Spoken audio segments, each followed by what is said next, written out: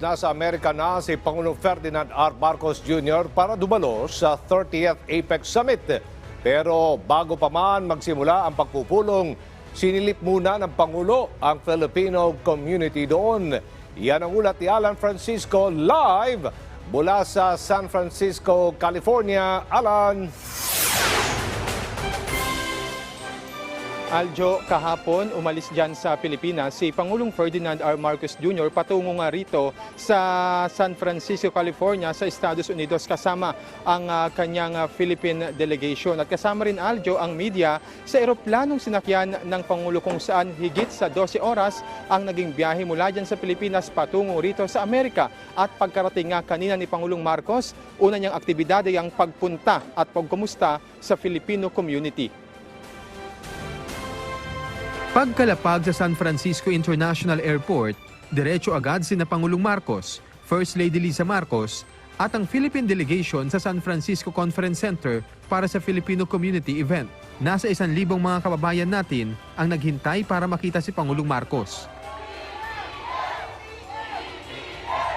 Ito ang unang aktibidad ng Pangulo bago dumalo sa Asia-Pacific Economic Cooperation o APEC Summit. But before I meet the leader of the world's largest and most important economic region, I thought that I should first meet with our kababayans here in the Bay Area.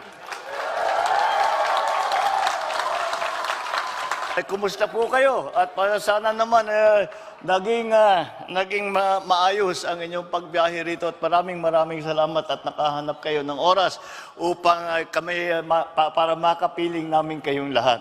Ang ibabawi ko na lang po sa inyo, ang isusukli ko na lang sa inyo ay lahat po ng aming maaring gawin upang tulungan ang Pilipinas. Kasama po kayo dyan, ang OFW. Nakisabay ang ating mga kababayan sa mga awiting Pilipino na dinaluhan ng mga music icon na sina Florante, Soul Diva Jaya, R&B singer JR at marami pang iba. Nagpaunlak din ang Pangulo sa picture taking sa mga Pinoy. Si Vincent na sumaglit mula sa kanyang trabaho para lang makita ng personal si Pangulong Marcos. It's a good feeling, I've been watching him since the beginning of his campaign and I'm waiting for the Marcos kind of leadership. Mensahe naman ng ilan nating kababayan para sa Pangulo. And every time, we feel a deep sense of pride na nakikita namin ng Pangulo. Every time, meron siyang laging optimistic na message. First time ko siya nakita. Okay, so how was your feeling, sir? Oh, grabe. It's a dream come true. I think continue to grow the economy in the Philippines and continue to invest in the youth because they definitely are the future of the Philippines. Sa talumpati ni President Marcos, pinuri niya ang mga Pinoy at Filipino-Americans sa kanilang natatamasang tagumpay at malaking ambag sa ekonomiya ng Pilipinas. Kinilala rin ng Pangulo ang mga Pinoy na nagwagi sa statewide elective positions sa Amerika. Naranasan din anya ng Amerika ang uri ng pagkalingang mula sa mga Pilipino, lalo na noong kasagsagan ng COVID-19 pandemic. Isa sa bawat 5 nurses sa California ay na-train sa Pilipinas. Gayun din ang pagkilala ng Pangulo sa kasipagan ng mga Pinoy sa US. Isang karangalan para kay Pangulong Marcos na sundan ang yapak ng kanyang amang si dating President Ferdinand Edralin Marcos Sr. na bumisita sa San Francisco noong 1966 sa kanyang unang taon sa pwesto. My father considered San Francisco as an important city, not only because it is home to a very significant Filipino population, but also because this city has always been the historical, cultural, and economic link of the Philippines to the continental United States. Higit 4 na milyong Pilipino at Filipino-Americans ang nasa Estados Unidos ngayon.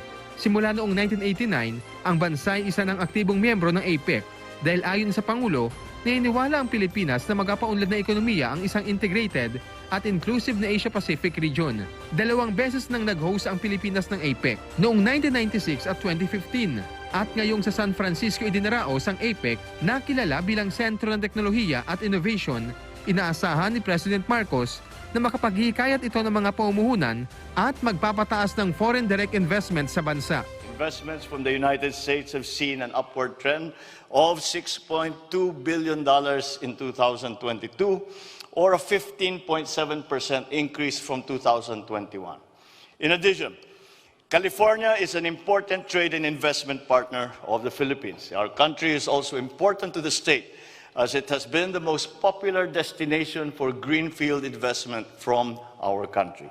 Sa sidelines ng APEC meetings, magsasagawa ng business meeting ang Philippine delegation para sa mga partnership na makikinabang ang dalawang panig. Isusulong ng Pangulo sa APEC ang pagpapalakas ng digital connectivity at ang digitalization, gayon din sa energy security, lalo na ang clean energy. Inaasahang lalagda ang Pilipinas sa mga kasunduan sa mga negosyo rito sa Amerika sa usapin ng digital infrastructure, electronics manufacturing, kalusugan, turismo at iba pa.